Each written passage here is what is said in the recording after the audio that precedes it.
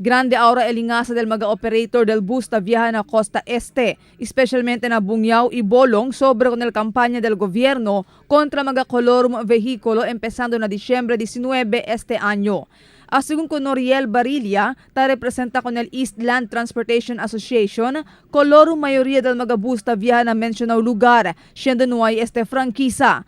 No hay masigun man issue kanila franquisa el LTFRB por causa kay lampas 15 anyo ya, LDI la mga unit, iya man phase out ya con este mga vehikulo. Conforme esta, tiene sigun total de 11 para 13 mga bus na viaja na Costa Este. Si ay akabasigun con este kuhi al mga concerne ahensya ay sale afekta el mga pasahero na lugar y el mga produkto agrikultural que necesita ase abaha para na pueblo.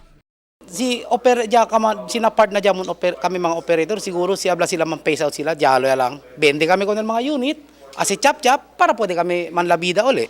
Na pero el takor na kita con el diaton mga vivientes arriba, el kentan la vida, especialmente habla sila el benta. Tan benta sila, di ba? Para liba para kina pueblo.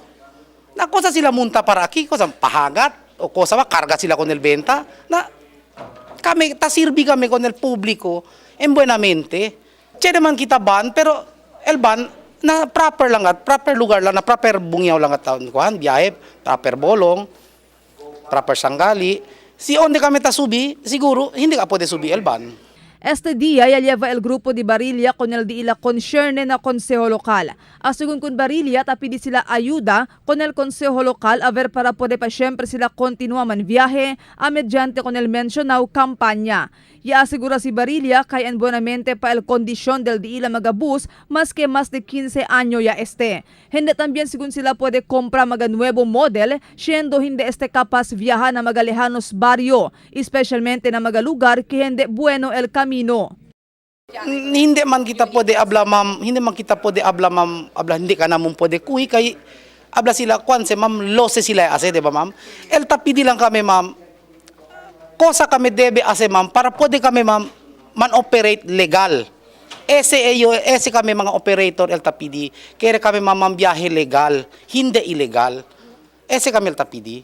Según con Consejero Cesar Jimenez Sr., ta entiende él con el situación y sentido del grupo de Barilla, pero hindi también según sila puede anda contra con el ley nacional. Si hay dale según sila consideración con el grupo de Barilla, posible él pidi también consideración el otro mga asosasyon que ay sale afecta una kampanya kontra mga colorum vehikulo. No puede kita dale falso esperanza con el mga operators. Un razón si para cosa montar mga gente, kaya no hay más también vehículo. Si tala también sila tam biyahe, buyak-buyak lang, si tiyan ko sa pasa, colorum ya todo sir, hindi sila covered na insurance. So, we are faced here, no sabi kita donde man side kanila, and then on top of it, tiyan kampanya kontra colorum vehicle.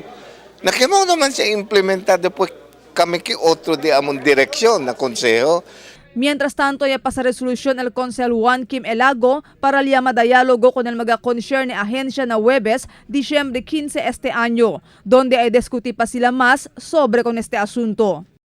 They had to be assisted.